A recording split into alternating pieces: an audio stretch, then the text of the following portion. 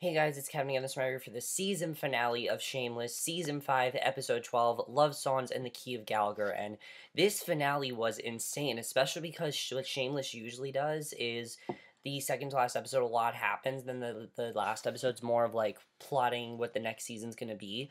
But so much happened in this episode. Like, it was crazy. This was by far the best episode of the season. I mean, so much crazy shit happened, and I loved it, and I love where we're heading next season. But I have to say, after such a, after so many, this was not a bad season. I do have to say that. Because the last three episodes were amazing and some of the best episodes Shameless has ever done. And, let's just get into this episode because it was amazing and I absolutely loved it. So we start off where Fiona, she is having sex with Gus and he lights up after and she asks why he's smoking. And he says he does it on tour and he thanks her for coming to the last show. And you can see that they still kind of have some chemistry. They definitely do. I mean, especially after what she did with Shawn, I thought was interesting that, she had sex with Gus and everything. And he says that the new song is called Betrayal and says Chris wrote the lyrics and basically, I thought that was a good way to start the episode. So, Liv is with Helene, and she wakes him up with a kiss, and he says she's tied him to the bed. She pours wine on him and licks it off of him, and that's really weird. Um, Her husband is sitting right nearby them, watching them, and Lip asks what he's doing, and she says he's waiting for them to finish so he can come to bed, and she asks if he wants her to stop, and he doesn't. It's really weird, but whatever. I mean, that's really fucked up, but then we see that Mickey is actually having sex with some girl, and I thought this was interesting when we saw this. I mean, Mickey, who's gay, is having sex with a girl, and I mean, I know that, like, all those years, like, he had sex with girls and didn't want to say he was gay, but now that he's come out, like, it was really weird to see him have sex with a girl, and she's complaining that it's been an hour, and she says if he wants to do more. I mean, I'm pretty sure that Mickey's bisexual, okay? If he really has sex with a girl, and he really was gay, he'd say no right away, but no, but she does talk about how long it took him to get hard, so basically he gets angry, slaps a photo of Ian on his wall, and you can see that he just misses Ian. That's really what that's showing, is that how much he misses Ian and how much he misses seeing Ian. So Monica rambles to the trucker about her life, and of course, I didn't know what was going to happen with Ian and Monica, but she is crazy.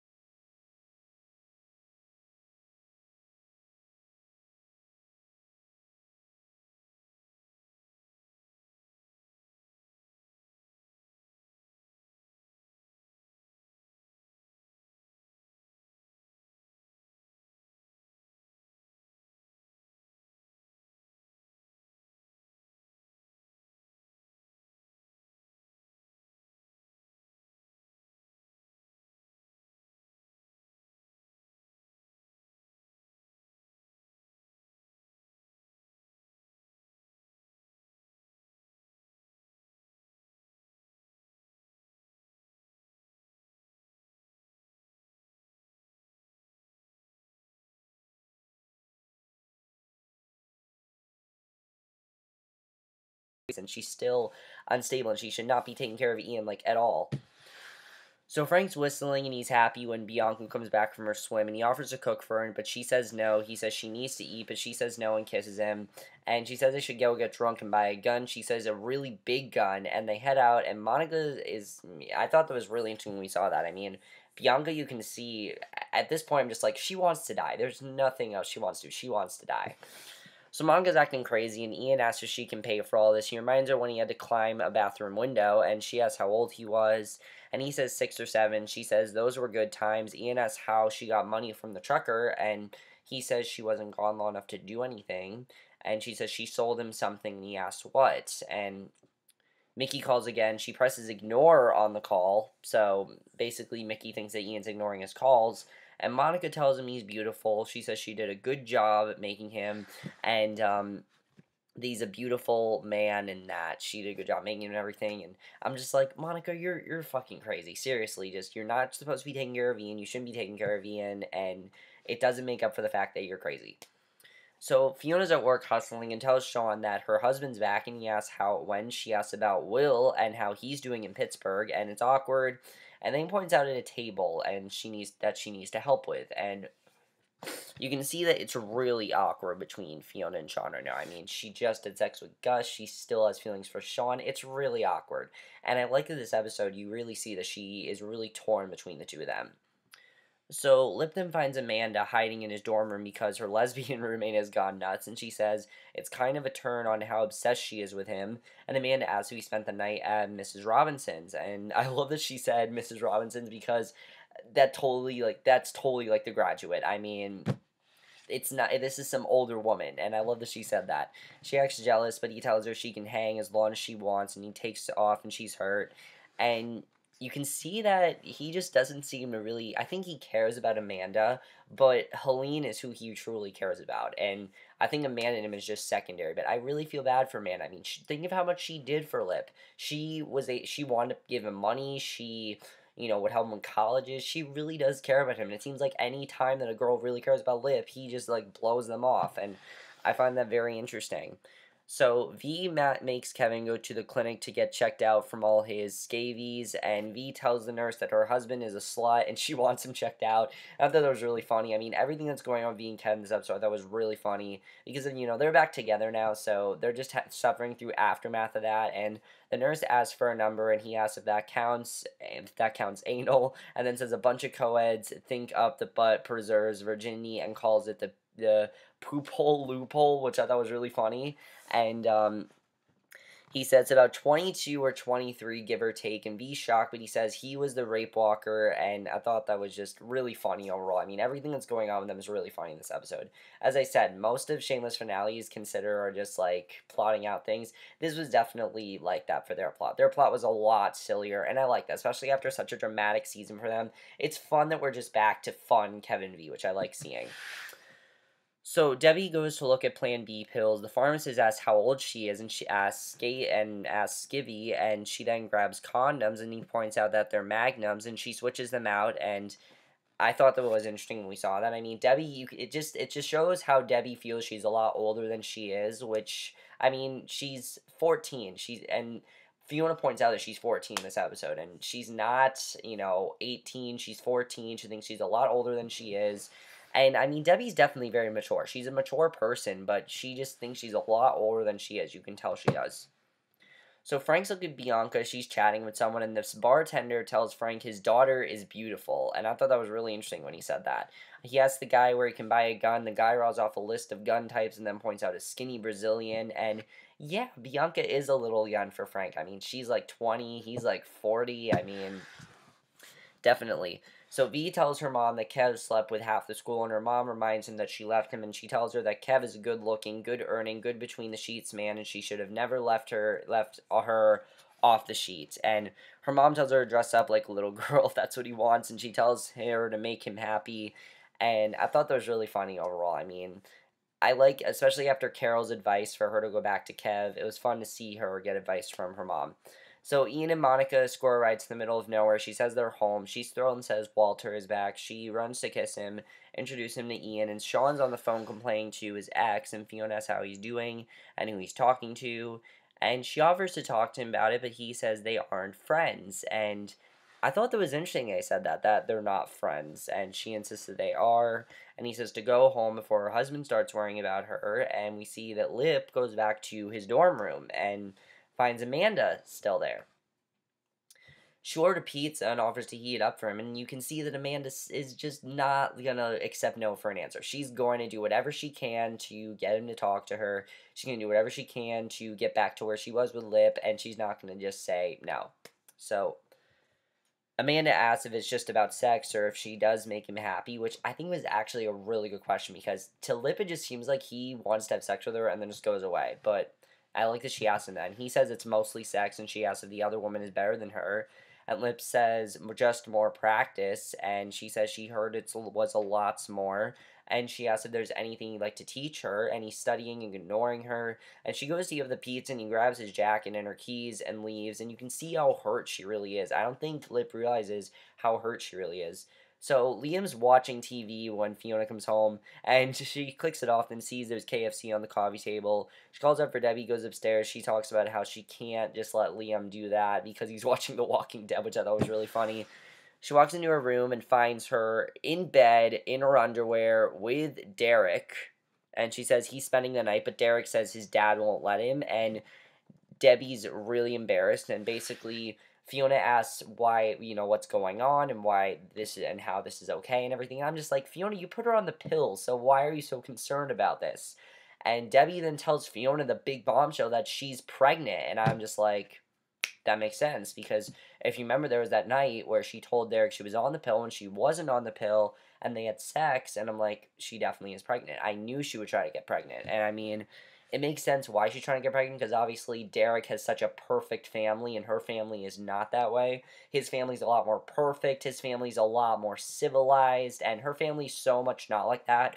She wants to live a normal life, and I like what the creator of the show said, that Debbie isn't exactly, and I read this interview and I thought this was really interesting. He talks about how Debbie doesn't exactly know what normal is, and I'd have to agree with that. I mean, Debbie's lived in this, with these people for so long, and they're not normal, they're very unstable, they're not civilized, and Derek's family's a lot more normal to her because, she's not used to it, and she wants to have a sense of normalcy in her life, so I understand she wants to be with Derek and everything, but she just it's not working. And Derek basically, she says she loves him and they're gonna have lots of babies and be happy. And Fiona's cursing at her, and Debbie asks why she won't let her be happy. And I mean, it's a valid question. I understand what Debbie wants to do. It's just she needs to understand that she's 14 and not 18. So Bianca is having sex with Frank and tells him to talk dirty to her. He does and slaps her ass. When they're done, she asks him where the gun is, and she puts on her dress, grabs the gun, she takes out the bullets and puts one back in, then spins the cylinder, cocks it, puts it to her head, calls his name, pulls the trigger, and it clicks. And I thought she was actually going to kill herself here, because the whole episode just seems like she's trying to kill herself. She does it again. He tells her to stop. The gun goes off. She grazes his arm, and he's laughing because it's the same arm, which I thought was really funny, that the first time it was Sammy's gunshot, and now it was the gun that went off. I thought that was really funny. So she's crying, he holds her close, he says it's okay, and you can just see the pain that Bianca's going through. She's going through a lot of pain. She really just wants to end it, and I can understand why she wants to. I mean, she's going through a lot of pain. She doesn't know what to do. I can totally understand that, and especially because Frank's following her and wants commitment, I can understand why she wants to off herself. Totally can understand that. So Monica and Walter giggle and fool around while Ian watches reruns. He checks her bag and sees that there's meth in little pockets, and he walks out of the trailer and goes to another trailer nearby, and it looks like a meth lab, and I'm like, you know what? You actually had some sense in you to leave her. And Monica comes out and asks what he's doing and asks him to come back inside. Ian says he's looking at all the stars, and she asks if he likes Walter and says he's nice, and Ian asks how old he is, and she says she doesn't know. And Walter, let me point out, is like a teenager. He's not some old guy. He is a teenager. And then he asks if Walter is cooking out there. She says Walter takes care of her and they're happy. Walter comes out and tells them to shut the fuck up so he can sleep. He and Ian get into a confrontation, and Monica calms him down and he goes back inside. And Monica says Walter's mostly sweet and she's finally happy, and she says she loves him and wants him to have love too. She hugs him, she goes back inside, and she and Walter start arguing loudly. And Mickey then calls Ian again, but he doesn't answer. And Mickey then goes to the park to troll, finds this guy, calls him Cupcake, tells him to come on, probably had sex with him. I'm assuming that's what he did. And yeah, that's just like the Mickey thing to do. So Fiona tells Gus about Debbie and her sex stuff, and basically, um, I thought that was interesting. We saw that. So Ian, who's with Monica and Lip, and she also talks about how Ian's with Monica and Lip's playing a teacher, and really just is talking about how fucked up everything is. Because let's face it, this family is fucked up. They are extremely fucked up. The Gallaghers are extremely fucked up. I mean, everything that's going on, there's nothing normal. And she says she's doing an awful job with the kids and thanks him for coming over. He asks if she's coming home tonight, but she says she needs to be there in the morning and asks if he can stay here, but he says her bed sucks and he says he doesn't think the kids should be comfortable with him being around. And she asks why, and he says she hasn't decided to stay with him. He tells her he needs to know soon. And I like that he said that. I mean, I can understand that. I mean, Gus and her got... And I like that Gus is starting to realize, you know what, this really was too soon. I mean, they got married a few days after they knew each other, and they barely knew each other. And I can understand why Gus didn't think the family should be as accepting, because they were never really that accepting of them. I mean, while they were happy for Fiona, they were all like, this is way too soon, what are you doing? Like, they were never like, oh my god, this is great, you guys got married. Like, they were never really happy about it, so I like that. I like that Gus said that, because I do agree with what he's saying. So Frank wakes to Bianca moaning. She's outside on the beach. He asks if the pain is back. Then she goes to get her pills and a beer. He lifts her up, pops a pill in her mouth, and gives her the beer to chase it. She asks for another, and he asks how many she's had, but she begs, and he gives her another. And Frank sees she has a gun, and she says she couldn't do it. She could not kill herself. And she says she was too afraid. She says she thought it would be too easy, but couldn't do it. He holds her, and she thanks him for making her happy, and she tells him she's never been happy. And I thought that was really such a sad line. I mean... Definitely, we see that he's really been the only thing that's made her happy, and it's understandable. I mean, her family's really strict, definitely. They don't like people like Frank, but you can see, likes Frank and appreciates it. And I like that Frank is staying near her, even though he knows that she wants to kill herself. He's doing whatever he can to stay near her, to, make sure she's safe, make sure she's happy, and I just love the way that they've been showing Frank doing that this season. We never really seen Frank take care of someone, so I love that they've been doing that this season, because it's such amazing development for his character. They take me from, like, really hating Frank to really loving Frank. Like, I legitimately love his character this season. I think they've done a very good job with that.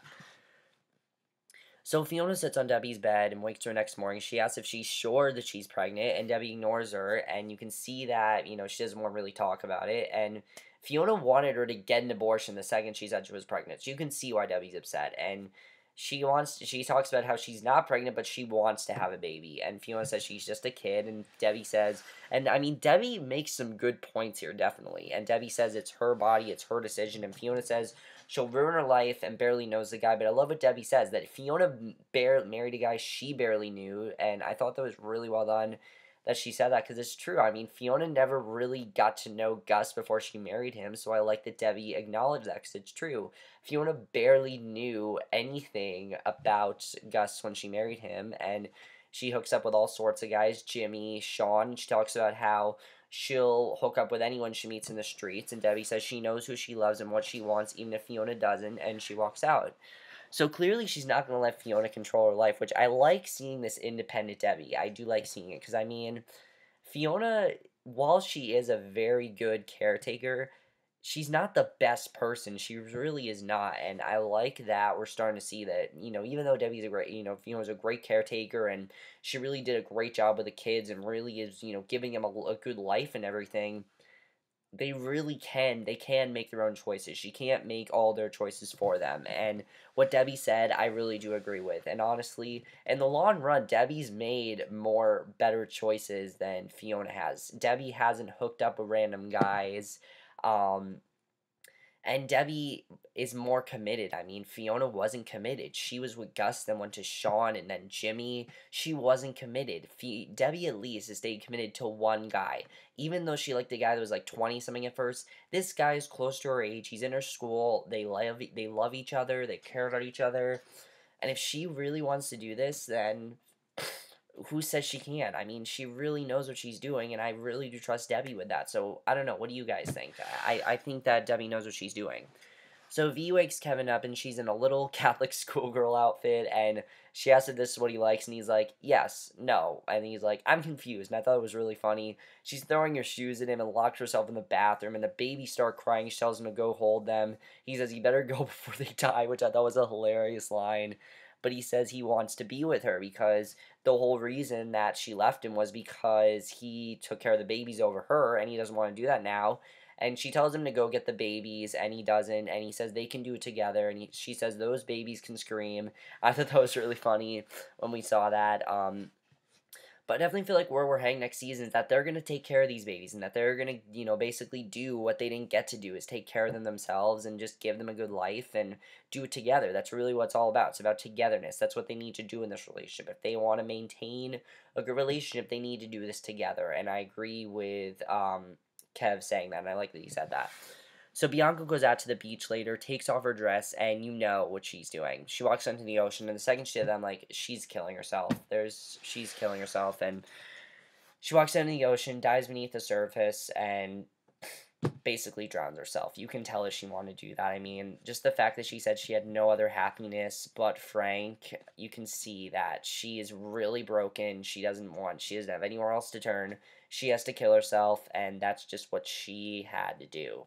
And as sad as it was, I understand why she did it. I do understand it. I mean, I understand that she really was going through a lot of shit, and she was really upset about what was happening to her. I can understand why she decided to do that. So Fiona goes to see Gus at his old place and finds Chris there, and he says Gus already left and tells her if she doesn't love him, she needs to man up and leave. And he says that Gus is too nice to do it, and she's not nice. And I like that he says this, because honestly, it's kind of true. And Fiona seems hurt by that offhand comment, because it's true. I mean, she hasn't exactly been the best wife to Gus. She left him for Shawn, and I like that Chris said that, because it's true. So she really needs to make a decision on what she wants to do here. She's very torn between Gus and Shawn here. So Frank wakes up, has no idea that Bianca's gone. He's peeing on the porch, and we see a note she left. And all it says is she asked him to give it to her family, and he sees the bottle of pills is empty, runs outside, sees her clothes on the beach, and he's like, he knows, he can tell what she did. He doesn't want it to be true, but he knows it's true. Runs to the ocean, calling her name over and over, hoping he can save her, and he's yelling, not today. Sits down by her clothes and cries, and it's honestly we honestly feel really bad for Frank, and I love it they actually made us feel bad for Frank. Who would have ever thought they would have made us feel bad for Frank? This is Frank, who usually has the most ridiculous plots, who usually has stuff about money. I mean, most of Frank's plots are usually about money or sex or something. No, this was about him taking care of someone. Taking care of someone before they die, taking care of someone he cares about, and I loved it. I love seeing the storyline. I really hope that Frank continues to do this, and I definitely feel like now we're going, is that Frank is going to try to take care of more people, but if he tries to take care of the Gallaghers, it's just going to be too late if he does that, and I hope he doesn't try to do that. He just seems really desperate to take care of someone. That's really how I feel, at least, what he wants to do. What do you guys think, though? So Lip finds Amanda waiting for him. She says it was shady to disappear on her. She says she waited for hours and he reminds her that he didn't ask her to come over. She punches him in the face, and this is a really funny scene. She says that was for making her fall in love with him. She screams, she's cursing, she's pissed at what he did. I mean, it's understandable. He really has been really rude to her, and I love that the other co-eds are just applauding. He's like, alright, whatever, and Lip's just like, whatever with you. It was really funny, and I definitely really love that. But Lip needs to apologize to Amanda, because I mean, I think he truly does care about her. I think he just gotten so caught up with Helene that he doesn't really care about Amanda anymore. But I really like Amanda. I like Mandy. Helene, I don't really know. I mean, I don't know what to think of Helene. She's married. She is in her 30s, and Lip's not even 20 yet. He is 19. I just don't feel like she is the best person to be with. I don't know how to feel about Helene yet. I need to see her for another season, and then I'll see. Because, you guys know, I love Mandy. I love Amanda. Karen can go somewhere, not here. Karen can go anywhere but here, because Karen is fucking annoying. Helene, I just don't know. Helene's a mystery to me, really. I don't think we've gotten enough character development with her. I think we're going to find out more about her. We just need to see more of how she is, I guess. I mean, all Lip and her have done mostly is have sex, so I don't know. So Fiona comes to work on her day off to see Shawn. She asks what's going on with them, and he says she's married. And I like what he says, that she's married, and she says she thinks she's in love with him, and he's with her. And Shawn says Gus is a good guy, and he's not gonna sleep with a nice guy's wife. And she asks what if they split, and he says not because of him. She kisses him, and there's a knock at the door, and he goes to let in the other employees, and it seems like they're together. It seems like they're together now, and that he's gonna be there for her. And I've said before, I really like Shawn. I think he's really good with Fiona, but Fiona now needs to make a choice. Does she want to be with Shawn or Gus? We need to figure out what she wants to do here. I mean, it seems like she's going to break up with Gus, but I really don't know. So Ian calls Mickey, but he doesn't get the phone in time. He calls him back and asks where the fuck he is. This scene, honestly, is very intense. Mickey just goes running. He realizes that finally Ian has called him, and he's like, where the fuck are you? He goes running, finds Ian on the steps of the Gallagher house, and he says he's been with his mom. He says he hates the meds and asks Mickey if he'll want to be with him if he doesn't take them, and Ian says he doesn't know who he is half the time, and Mickey says he loves him. And Ian says he doesn't want Mickey sitting around worrying. And they honestly make really good points here. I mean, they don't just break up because Ian's crazy. I like what Ian's saying. He doesn't want to wait for him and to do the next crazy thing. And Mickey asks what the hell is wrong with him. And Ian says too much is wrong with him, and that's the problem. He says Mickey can't fix him, and he doesn't need to be fixed. He's just him. So basically, they're now broken up, which I knew was coming. I mean, I love Mickey and Ian together. I'm very happy that they finally got together, but we all knew that it was inevitable that they were going to break up. I knew they were going to break up. I knew it was coming in this finale, and then Sammi shows up out of nowhere, which I knew was going to happen. She has a gun. She's calling Mickey's name, and she's chasing him with a gun. Fiona, in the meantime, is asking V if she's a good person, but they get interrupted because they hear gunshots. They see Sammi screaming. Mickey is running while she chases him and shoots him, and she says he tried to kill her, and he says, fuck you and your weird-ass kid, and it's honestly a really funny scene, but here's the thing. We don't know if Mickey's gonna die or not, because, I mean, she's firing so many times, and we don't see them after, like, a few gunshots, so Fiona asks what's going on. Ian says something about Mickey locking her in a box for a week. Fiona asks Ian how Monica is, and he says she's with a teenage meth dealer. And they hear gunshots, and they see a hospital. They see, like, ambulance come, and they see a police come. So we don't know if one of them is dead. We don't know the outcome of what's going to happen there, but I really don't know what's going to happen. I mean, we know that something happened now between Mickey and Sammi. Either Mickey's dead or Sammy's dead. One of them is dead, okay? I'm not saying that both of them are getting out alive. One of them is dead. It's that simple. Do I think the show would kill off Mickey? I mean, if they did, people would be pissed, and half the people that watch the show would stop watching it, because I know most of the people that watch the show watch it for, a lot of people that watch the show watch it, well, not most of the people, but a lot of the people that watch it for Ian and Mickey. So if they kill off Mickey, I'd be really pissed, but I can understand why they do it. I mean, I can understand it, but I really want them to kill off Sammi. Like, either arrest Sammi, get rid of her somehow. I'll be fine with that. Just do whatever you can, get rid of Sammi. That's great. So, but that's not the end of the episode, because then we see that Ian and Lip are smoking a joint, and Lip says he's falling in love with the professor, and Ian says, cool. They notice Frank has walked up, he grabs a joint, takes a toke, he tells him she's gone, and they have no clue what he's talking about. He's obviously talking about Bianca. You feel really bad for him. They're just laughing at him, though. They don't realize that he's actually going through emotional heartbreak here, and basically, then we see that Debbie looks her pregnancy test, and she's pregnant, and so I'm assuming that she got pregnant. I'm assuming that it worked out for Debbie, but we'll see what happens there. Then we see Juvie, Carl. After all this time, we've seen Carl. Now, if you don't know why we've seen Carl, the actor that played Carl is in high school, and he wanted to be there in the fall, so they'd take some time off and let him go there, so I can understand that. But he's with the Black Gang, and Chucky's with the Skinheads. You don't see what happened, but the alarm sound at the jail sounds off, and definitely we're going to focus more on him in Season 6. So overall, guys, an amazing finale, so much to talk about. Let's talk about Fiona. Fiona needs to make a choice between Shawn or Gus. I don't know who she's going to choose, but we'll see what happens there. Debbie, I don't know if she's pregnant. I think she is pregnant, but how does Derek feel about this? Does Derek want to be a father? Does Derek really want to be, in that position? I mean, we don't really know how Derek feels about it. She didn't really ever say, so I don't know what's happening there. Do you want Lip with Helene, or do you really feel bad? I personally just feel bad for Amanda. I think Lip's being a dick to Amanda. I understand he thinks he might be in love with Helene, but that's ridiculous. You've had sex with her a couple times. She hasn't done anything for you. I mean, Amanda did all that shit for you, and it's just, I feel so bad for her. What's going to happen between Sammi and Mickey? Are one of them dead? Is Sammi getting arrested? Is Mickey getting arrested? Are they both alive? What really happened there? Frank, I really feel bad for Frank. I don't know where we're going with Frank's arc, but I think it's really well done what we're doing there. So we'll see what happens, but I really love seeing Frank be more of a caretaker toward Bianca, and I'm wondering who he's going to take care of next. Maybe her sister? Is her family going to find out? Is he going to give that note to her family like she want him to? We'll see what happens there.